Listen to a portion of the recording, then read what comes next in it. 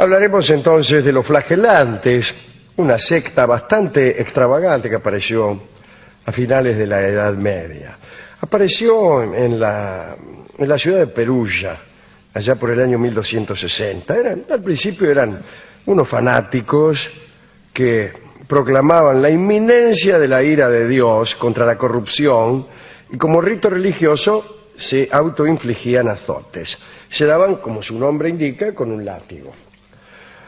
Se postulaban en total disidencia ante el cristianismo tradicional y defendían la intransigencia de una fe sin concesiones frente a lo que ellos consideraban una iglesia corrupta.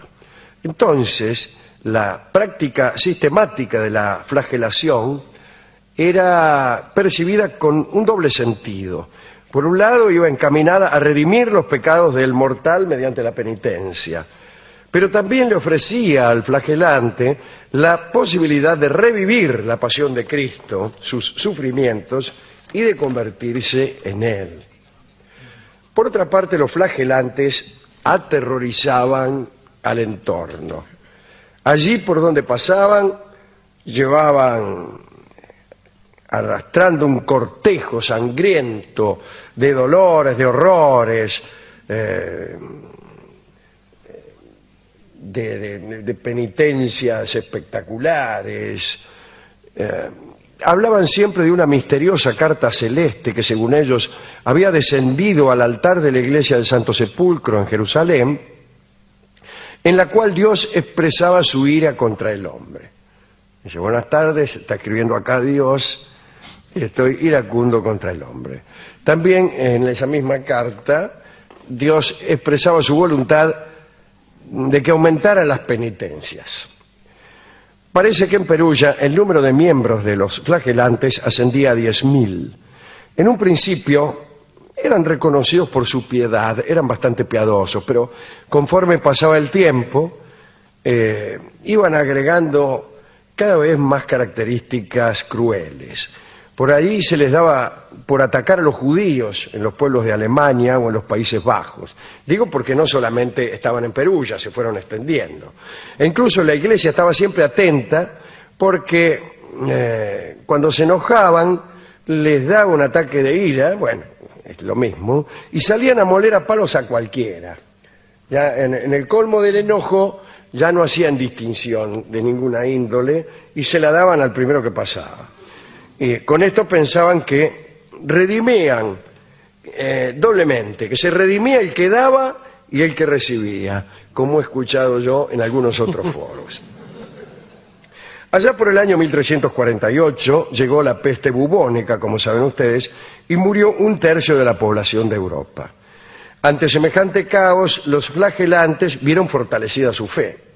Es decir, ¿qué pasa cuando un fanático se encuentra ante el fenómeno de una peste que mata a 1/3 de la población? Fortalece su fe. Bien. En realidad el fanático siempre fortalece su fe, no importa lo que ocurra. Con cualquier excusa. Si viene la peste bubónica, fortalece su fe porque es señal de que Dios está enojado, etcétera, etcétera, con los pecados del hombre. Y si por el contrario viene una época de gran prosperidad, también fortalecen su fe porque es señal que Dios ha resuelto concedernos algunos dones. Es decir, no hay manera de demostrar nada, lo cual está bien, porque no se viene a hacer demostraciones aquí, dirían los flagelantes. Además, parece que en Italia había, digo, para fortalecer la fe, violentos terremotos. Y entonces, imagínense, viene la peste y viene un terremoto, uno no creía, pero al final se tiene que rendir ante la evidencia. Estaban convencidos de que el fin del mundo iba a llegar rápidamente. Al mismo tiempo iban multiplicando toda clase de actos de sedición contra la iglesia. Cada tanto se mandaban, quizá por propio gusto, alguna que otra persecución antisemita. Apareció entonces en la localidad de Turingia un hombre llamado Conrad Smith. Él dirigía un grupo flagelante clandestino, porque mientras la mayoría de los flagelantes eran personas pobres, carentes de educación, que se flagelaban públicamente, Smith era un intelectual que conocía a fondo la teología, el griego, el latín, y también cientos de doctrinas esotéricas que florecían por todas partes. Pero además, al menos en un principio, se escondía. Smith no tardó, sería mucho mejor, pero si usted quiere, no trató de afirmar otra cosa que no fuera la siguiente. Las profecías de Isaías, que anunciaban el advenimiento de Cristo, le quedaban como anillo al dedo. Y un día dijo así, confidencialmente: miren, muchachos, en realidad estas profecías lo que hacen es anunciar mi propio advenimiento. Y se proclamó ahí en esa misma reunión, o quizá en otra, se proclamó nada menos que el Cristo. Y como si esto no fuera suficiente, se autoproclamó rey de Turingia. Bueno, si era el Cristo, si habíamos admitido que era el Cristo, ya no debe sorprendernos que se proclamara rey de Turingia, claro, quien puede lo más puede lo menos. En 1349 apareció el Papa Clemente VI y los declaró herejes a todos y empezó a perseguirlos, que tanto. La elección, bien, según algunas leyendas populares, esto no viene al caso, pero no importa,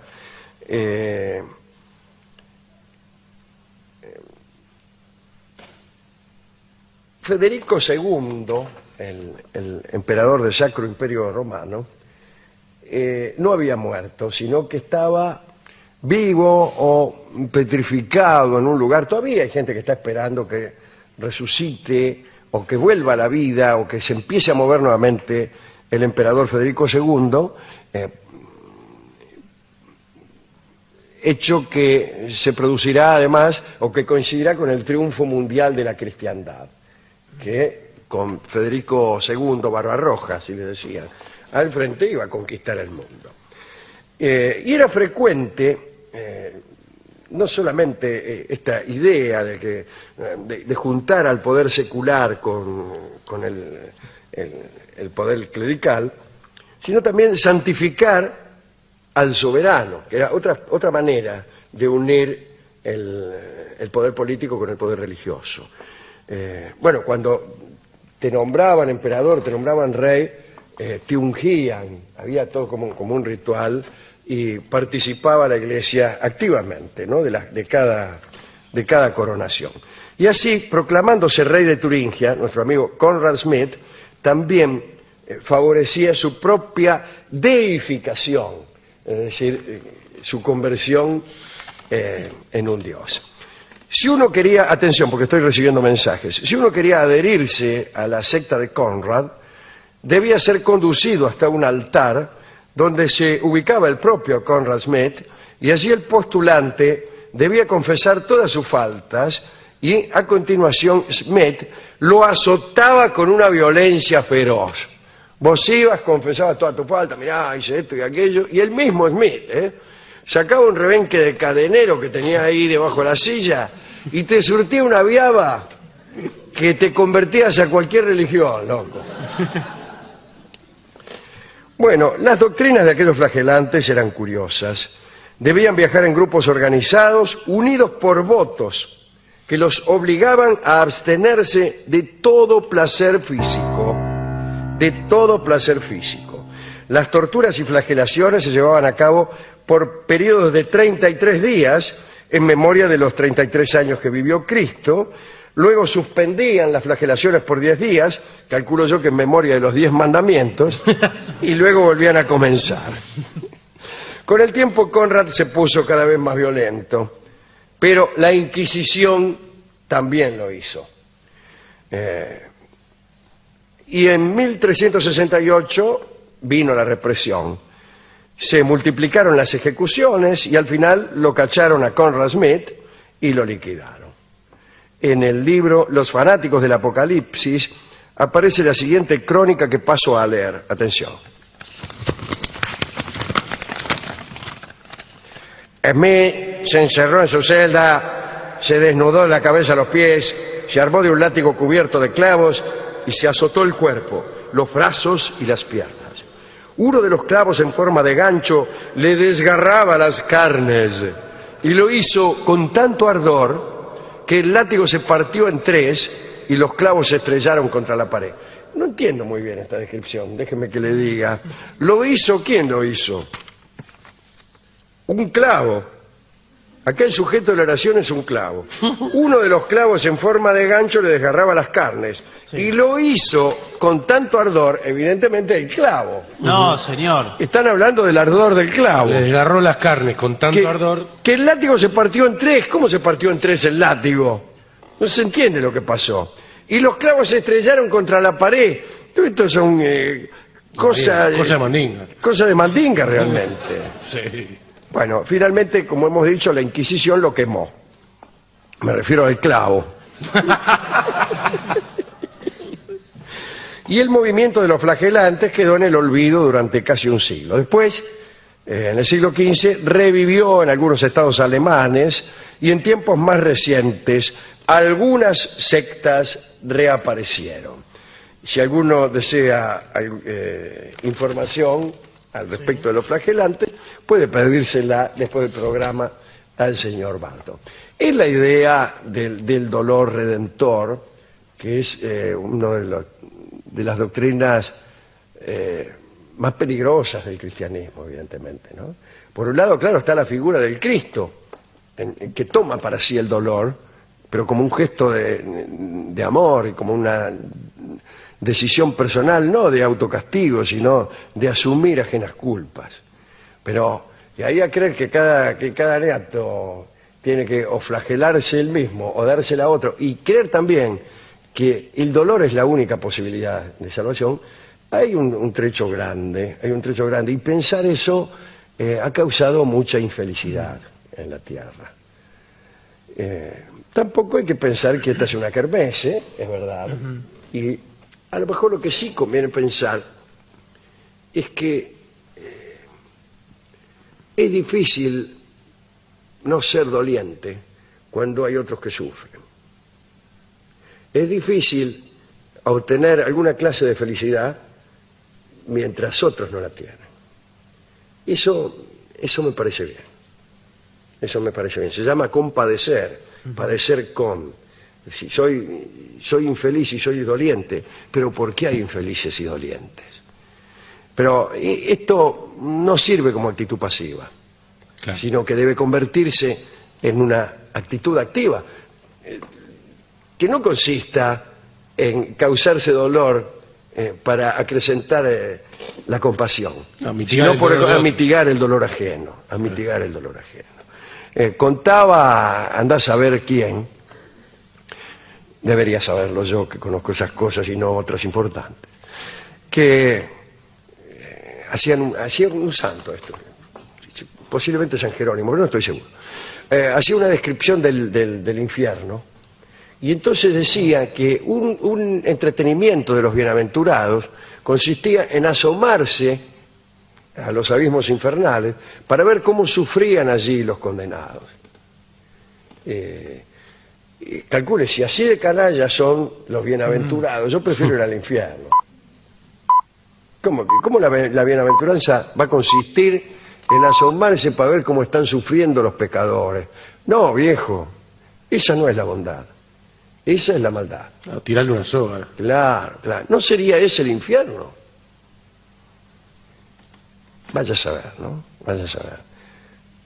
El peor infierno que uno puede imaginar es el de convertirse uno mismo en un ser despreciable, por más que esté rodeado de querubines.